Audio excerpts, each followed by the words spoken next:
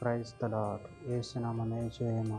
మన రక్షకుడు మన విమోచకుడైన యేసుక్రీస్తు పరిశుద్ధమైన నామంలో అందరికీ వందనాలు. చిన్న ప్రార్థన ద్వారా రాత్రికాల వాక్య భాగం ధ్యానించుకుందాము. పరిశుద్ధుడ మహాగణుడు అని దేవ యేసయ్య, సర్వాధికారినైన నీకే వేలాది వందనములు, కృతజ్ఞతాస్తుతి స్తోత్రం చెల్లించుకుంటున్నాం దేవ రాత్రికాల సమయంలో ప్రభు వాక్య భాగం ధ్యానిస్తుండగా వాక్య భాగం మాకు అర్థమవులు సహాయం చేసి మీ కృపలో బలపరిచి మీకు మాదిరిగా మమ్మల్ని నడిపించమని చిన్న ప్రార్థన యేసు నామములో అడిగి వేడుకుంటున్నాను తండ్రి. ఆమేన్ ఆమేన్. కీర్తన 116వ అధ్యాయం 1వ వచనము.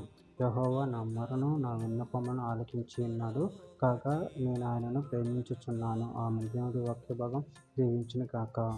ప్రభు నుండి ప్రియులారా, ఇక్కడ వాక్య భాగంలో గమనించినట్లయితే యెహోవా నా మొరను నా విన్నపములను ఆలకించి ఉన్నాడు కాగా నేను ఆయనను ప్రేమించుచున్నాను.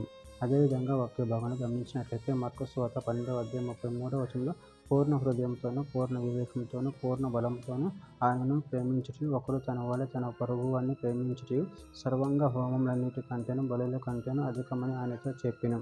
యోహాను రాసిన మొదటి పత్రిక 5వ అధ్యాయం 2-3 వచనంలో మనము దేవుని ప్రేమించుచు ఆయన ఆజ్ఞను నెరవేర్చు వారమైతమా దేవుని పిల్లలను ప్రేమించుచున్నామని దాని వలనే ఎరుగుదుము.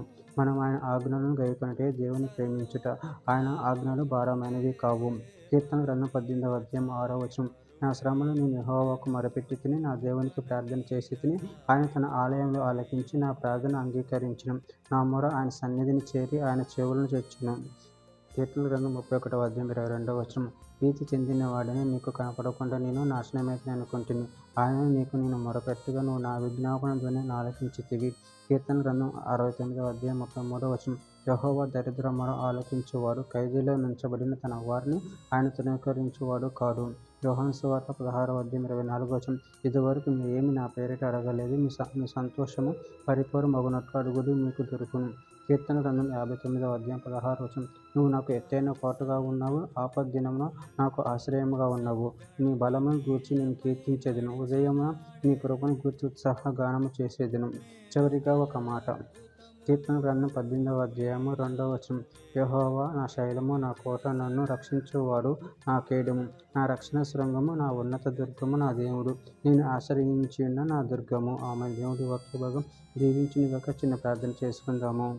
పరిశుద్ధుల ప్రేమగల దేవ యేసయ్య, మీరు ఇచ్చిన వాక్యధారాన్ని బట్టి మీకు వేలాది వందనములు, కృతజ్ఞత చెల్లించుకుంటున్న తండ్రి. మీరే మాకు ఆశ్రయ దుర్గముగా ఉన్నారు, మీరే మా కొండ కోటగా ఉన్నారు. అందరిని బట్టి కృతజ్ఞత చెల్లించుకుంటున్నాను తండ్రి. మీ పేరును అడుగు సమస్తం దయచేవి దేవుడే ఉన్నారు ప్రభు. అందరిని బట్టి కృతజ్ఞత చెల్లించుకుంటున్నాను. మీ ప్రేమ కృప మమ్మల్ని బలపరిచి స్థిరపరచమని చిన్న ప్రార్థన యేసు నామములో అడిగి వేడుకుంటున్నాను తండ్రి. ఆమేన్ ఆమేన్ ఆమేన్.